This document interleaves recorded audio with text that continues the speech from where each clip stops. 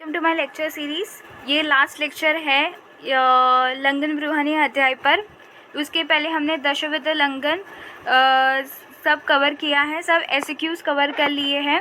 अब इस लेक्चर में हम एमसीक्यू पॉइंट ऑफ व्यू देखेंगे और इसे एमसीक्यूज़ आने के चांसेस ज़्यादा है रेदर देन एमसीक्यूज़।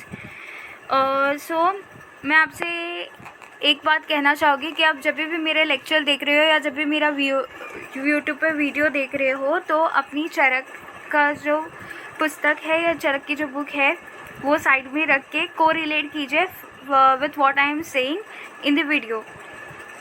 कोरिलेट करके पढ़िए तो इससे आपका ग्रैप्स भी जल्दी होगा। एंड सेकेंडली, मैं जो भी बोल रही हूँ उसको आप पेंसिल से या स्टिकी नोट से साइड बाय साइड नोट करते जाइए। इससे आपके नोट्स भी बनेंगे in short period of time and it's will be helpful in your university exams. So let's get started. अब आपके चरक की बुक में श्लोक दिए गए हैं बृहन, रुक्षण और स्तंभन के, वो आप देख लेना। अब आपके बाजू में आप चरक बुक रखिए और देखिए कि बृहन, रुक्षण और स्तंभन के श्लोक दिए गए हैं। उसमें द्रव्य के बारे में बोला गया है एंड उसके योग्य पुरुष के बारे में बोला गया और उनके सम्यक लोग, अति योग्य वगैरह लक्षण दिए गए हैं। सो मैंने एज ईजी पढ़े चरक पढ़ना, इसलिए मैंने इसको टेबल फॉर्म में कन्वर्ट किया है नोट्स में। सो हम ऐसे ही पढ़ेंगे। So let's get started. सो मैंने 3 टेबल्स बनाए हैं। बृहन हमने लंघन का पूरा पहले के वीडियो में देख लिया है, तो अभी बृहन, रुक्षण और स्तंभन देखेंगे।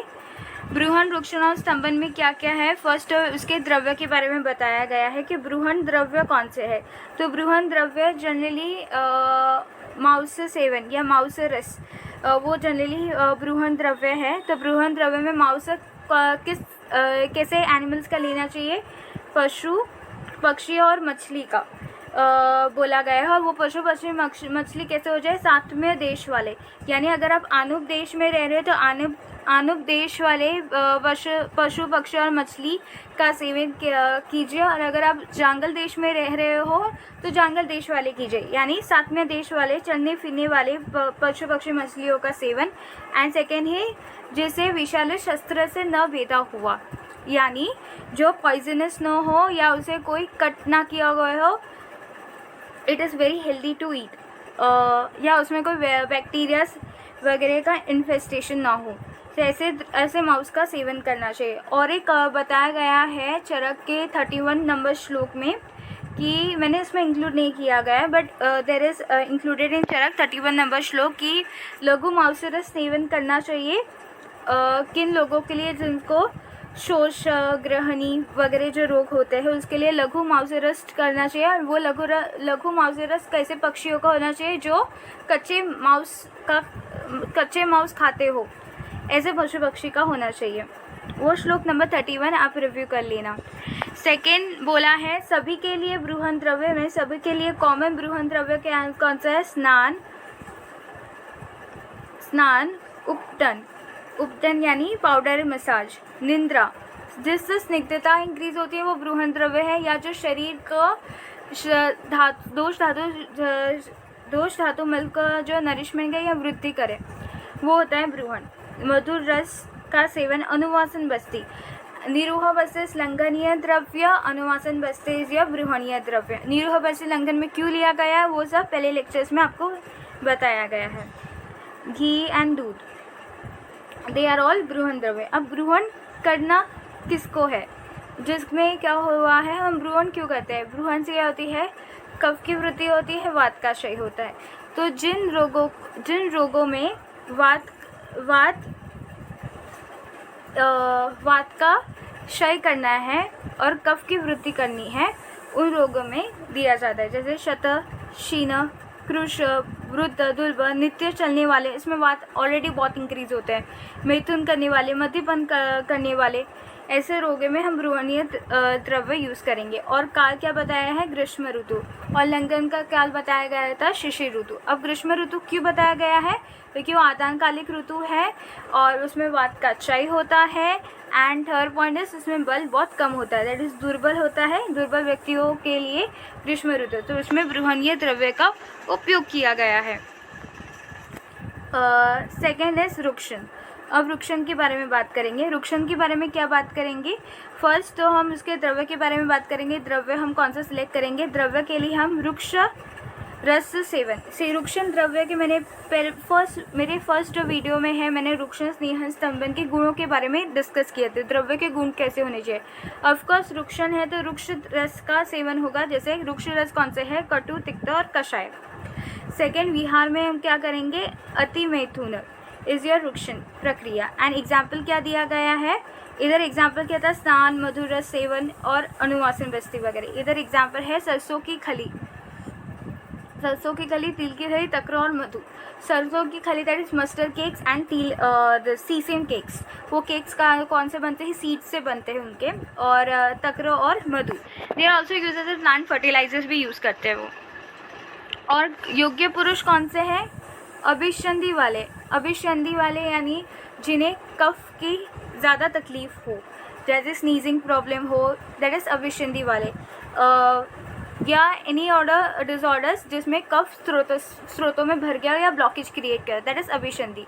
महादोषा यानी बहुत दोषों से युक्त अगर कोई डिसऑर्डर है तो उसमें रुक्षण प्रक्रिया करनी चाहिए। मर्म स्थान में उत्पन्न हुई व्याधियाँ, सो मर्मस्थान जो भी है अगर उसमें व्याधि हुई है तो हम रुक्षण करेंगे। और उरुस्तंभ that is stiffness in thigh. Next is स्तंभन द्रव्य। स्तंभन में क्या है? अब स्तंभन का गुण क्या था? रुक्ष और शीत स्तंभन का गुण था। हमने पहले वाले वीडियोस में देखा था स्तंभन के गुण है रुक्ष एंड शीत। तो रुक्ष और शीत, तो रुक्ष रस कौन से हुए? तिक्त और कषाय। और शीत कौन सा हुआ? स्वादु। सो तिक्त, कषाय और स्वादु रस का सेवन हम स्तंभन में करेंगे।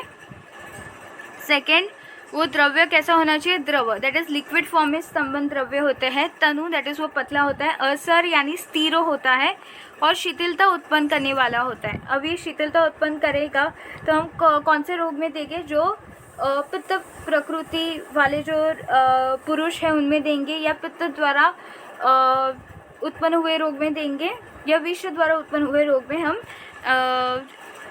स्तंभन द्रव्य देंगे। या किसी की गति रोकनी है, कोई चल वस्तु, उसमें स्तंभन द्रव्य का प्रयोग करेंगे। तो फर्स्ट इज पित्त प्रकृति में क्षार अग्नि से जला हुआ, ऑफकोर्स उसमें पित्त की दृष्टि होगी। फिर वमन अतिसार से पीड़ित। अब वमन अतिसार क्या है? It is an flow. सो वो फ्लो को स्टॉप करने के लिए स्तंभन का मंद गुण यूज होता है। ओके, शमनी मंदः, तो मंद गुण स्तंभन में जो होता है वो वमन और अतिसार को कम करता है या चल वस्तु को कम करता है। से पीड़ित हो, विष और स्वेद से के अधिक निकलना, या विष यानी वो पित्त के विष ऑफकोर्स पित्त से कोरिलेट होते हैं गुण एग्जैक्टली। एंड स्वेद इज सेम, अगर स्वेद ज़्यादा आता है तो हम स्तंभन द्रव्यों का प्रयोग करेंगे बिकॉज वो शिथिलता लाता है। एंड मैंने एक लास्ट में लिया है अति स्तंभन लक्षण। मैंने बहुत सारे श्लोक्स इंक्लूड नहीं किए गए हैं because that are not important, वो जस्ट रीड मान लेना। उसमें एक रुक्षण और स्तंभन के कर्म वगैरह के बारे में बोला गया है। ये एक बात रखना कि जो भी रुक्षण प्रक्रिया है वो लंघन के अकॉर्डिंग ही चलती है। अगर लंघन के सम्यक लक्षण और रुक्षण के सम्यक लक्षण दोनों सेम आते हैं सो वो एक बार रीड कर लेना, पर जस्ट गिव अ रीड, वो उसे याद रखने की ज़रूरत नहीं है। मैंने अति स्तंभन लक्षण इधर इंक्लूड किया गया है क्योंकि ये पॉसिबिलिटी है एसक्यू के लिए आने की अलॉन्ग विथ योर सम्यक लंघन लक्षण। क्या दिया है श्लोक में? शावता स्तब्ध गात्रता उद्वेगो हनुसंग्रह हृदय निग्रहश्च स्यात् अतिस्तंभन लक्षणम। यानी स्तंभन के अधिक मात्रा में, अभी स्तंभन से क्या होता है? शीतलता ज़्यादा होती है। जब शीतलता ज़्यादा होगी तो झकराहट आएगी एंड क्या क्या होगा? शावता दैट इज पेलनेस, झकराहट। मन में शावता क्यों आएगी? बिकॉज स्तंभन रुक्ष गुणात्मक है, अगर वो रस धातु को ज़्यादा शोषण करेगा तो उससे शावता आएगी। जो भी रस धातु के जो विकार है उसमें शावता लक्षण दिखाई देता है। मन में उद्वेग होगा। हनुस्तंभ, हृदय की गतियों में रुकावट। स्तंभन है तो ऑफकोर्स वो गतियों बहुत सारे श्लोक्स इंक्लूड नहीं किए गए हैं because that are not important, वो जस्ट रीड मान लेना। उसमें एक रुक्षण और स्तंभन के कर्म वगैरह के बारे में बोला गया है।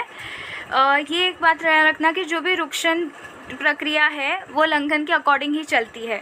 अगर लंघन के सम्यक लक्षण और रुक्षण के सम्यक लक्षण दोनों सेम आते हैं सो वो एक बार रीड कर लेना, पर जस्ट गिव अ रीड, वो उसे याद रखने की ज़रूरत नहीं है। मैंने अति स्तंभन लक्षण अंदर इंक्लूड किया गया है क्योंकि ये पॉसिबिलिटी है एसक्यू के लिए आने की अलॉन्ग विथ योर सम्यक लंघन लक्षण। क्या दिया है श्लोक में? शावता स्तब्धगात्रता उद्वेगो हनुसंग्रह हृदय निग्रहश्च स्यात् अतिस्तंभन लक्षणम। यानी स्तंभन की अधिक मात्रा में, अभी स्तंभन से क्या होता है, शीतलता ज़्यादा होती है। जब शीतलता ज़्यादा होगी तो झकराहट आएगी एंड क्या क्या होगा, शावता दैट इज़ पेलनेस, झकराहट। मन में शावता क्यों आएगी? बिकॉज स्तंभन रुक्ष गुणात्मक है, अगर वो रस धातु को ज़्यादा शोषण करेगा तो उससे शावता आएगी। जो भी रस धातु के जो विकार है उसमें शावता लक्षण दिखाई देता है। मन में उद्वेग होगा। हनुस्तंभ, हृदय की गतियों में रुकावट। स्तंभन है तो ऑफकोर्स वो गतियों की रुकावट करेगा, मल की रुकावट होना, ये लक्षण होते हैं। तो ये अति स्तंभन के लक्षण है। नेक्स्ट एक आपको पॉइंट बोलना है कि इसमें बताया गया है कि डिज़ायर टू नो, ये एक पॉइंट नोट करना है कि डिज़ायर टू नो में अतियोग एंड अयोग लक्षण, ये मत ध्यान दीजिए। सूत्रस्थान, चरक सूत्रस्थान 36 to 38 is desire to know. So अगर आप ये करो या ना करो, it's not important, it is desire to no.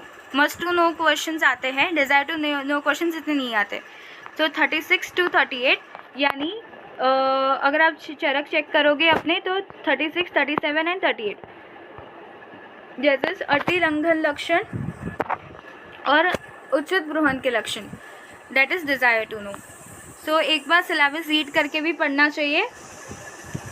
Okay, so that's all for today's lecture. तो इस लेक्चर में हमने डिस्कशन कर लिया ब्रूहन, रुक्षण और स्तंभन के बारे में और अति स्तंभन लक्षण के बारे में। नेक्स्ट वीडियो में आपको मैं इसके इम्पॉर्टेंट क्वेश्चंस क्या है and side by side I am also posting MCQs in your group, so वो भी सॉल्व करते रहना। Thank you.